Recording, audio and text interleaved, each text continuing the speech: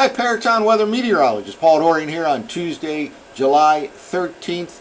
Thought we'd start off with a look at the tropical situation around the world, then we'll kind of focus in on a pretty wet weather pattern overall for the eastern two-thirds of the nation going forward. We'll also look at kind of a mesoscale situation here in the mid-Atlantic region with an onshore flow of air that will certainly affect temperatures in places like New York City and coastal New Jersey for later on today into the evening hours, and we'll talk about that as well. Let's start off with a look from the University of Wisconsin CIMSS weather website.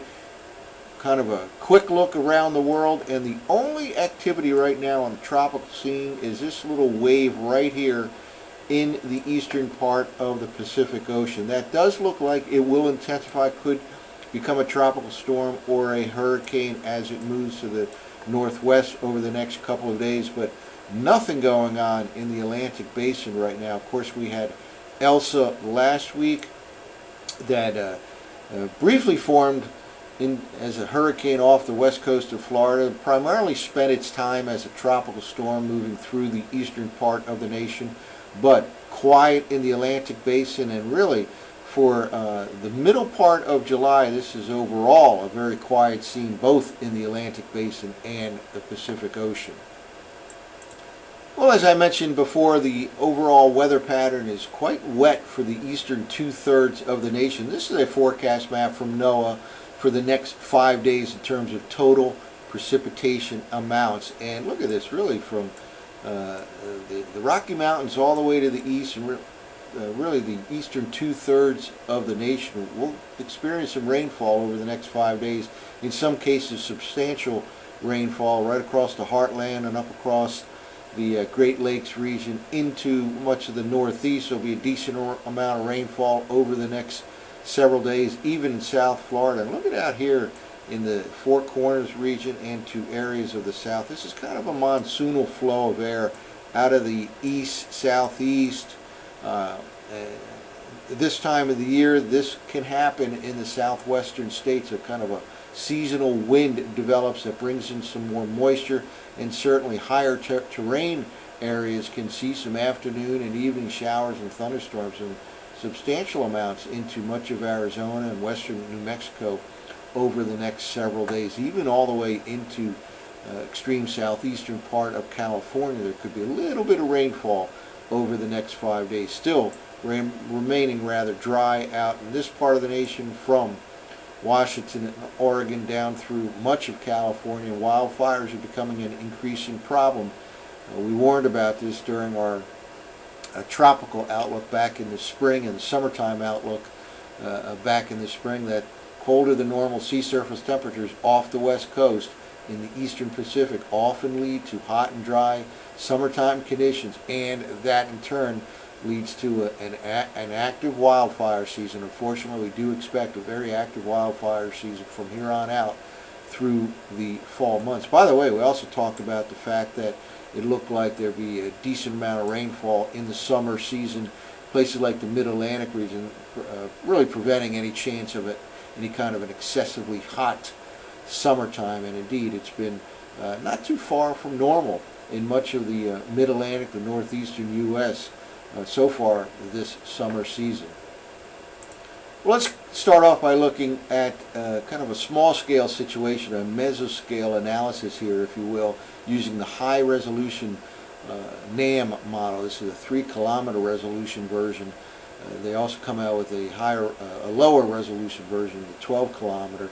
But this will give us a good idea of the low-level flow of air during the day today. And look at this right here, the wind barbs here showing us an easterly flow, an onshore flow of air moving right into the New York City and coastal New Jersey area. We'll just walk through. This is an hourly forecast map of the very low-level winds. You can see a straight easterly flow of air right here into New York City, and again into coastal New Jersey. There'll be an onshore flow of air. Now we're into the late afternoon hours here, and expect this to have an impact from New York City all the way down along coastal New Jersey, even into some of the interior sections of New Jersey. Lots of low clouds and fog, and maybe even some drizzle this morning.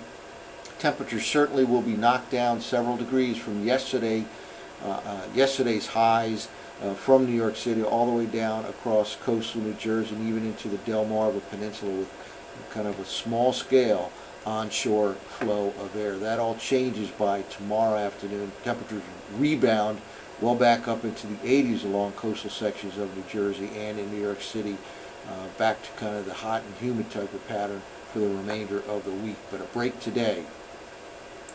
Well, now let's focus in on the bigger picture. This is the GFS, which is more of a synoptic scale type of model from the 6Z run here. High pressure off the coast right here. This is really the main player over the next several days. This is very normal for this time of the year with kind of what we call a Bermuda high. It's a position not too far from Bermuda, which is right in this region right here. And it pumps in very warm and moist air into much of the eastern part of the nation, and this will continue over the next several days, and that is leading to what we just saw up front, that 5-day forecast of pretty substantial rainfall eastern 2/3 of the nation. Let's move forward here, and again, as is typical this time of the year, the best chance of showers and thunderstorms will be later in the afternoon into the evening hours in the Mid-Atlantic region, in the Ohio Valley, Great Lakes. We had some scattered, very strong thunderstorms last night in the Mid-Atlantic region, and if you got hit by thunderstorm late in the afternoon, early last night, anywhere along the I-95 corridor, you could have received up to 1, 2, 3 inches of rain in a short period of time. There was definitely some localized flooding. Fortunately, not everybody got hit by those storms. So again, hit or miss showers and thunderstorms later on today tend to be suppressed along coastal New Jersey, New York City because of that low-level, more stable type of flow of air coming from off the ocean. Now let's move into the day on Wednesday. That high pressure resumes control even along coastal sections of the Mid-Atlantic region. Very warm and humid, even a little bit of a frontal system here on Wednesday afternoon moving into the Mid-Atlantic region. That kind of raises the chances for showers and thunderstorms later tomorrow into tomorrow night. Any one of those can contain some heavy rainfall. And here we go into the day on Thursday. High pressure, again, the main player for the remainder of the week, and anywhere from the eastern 2/3 of the nation you can get, especially PM, afternoon and evening showers and thunderstorms. And here's that flow of air, kind of a moist flow of air into the Four Corners region where can be some significant rainfall over the next few days, especially in the higher terrain sections. And here we go all the way into the latter part of the week now, Friday, and finally by the weekend we'll have another frontal system to deal with in the eastern U.S., and that will enhance the chance for showers and thunderstorms on Saturday and Sunday.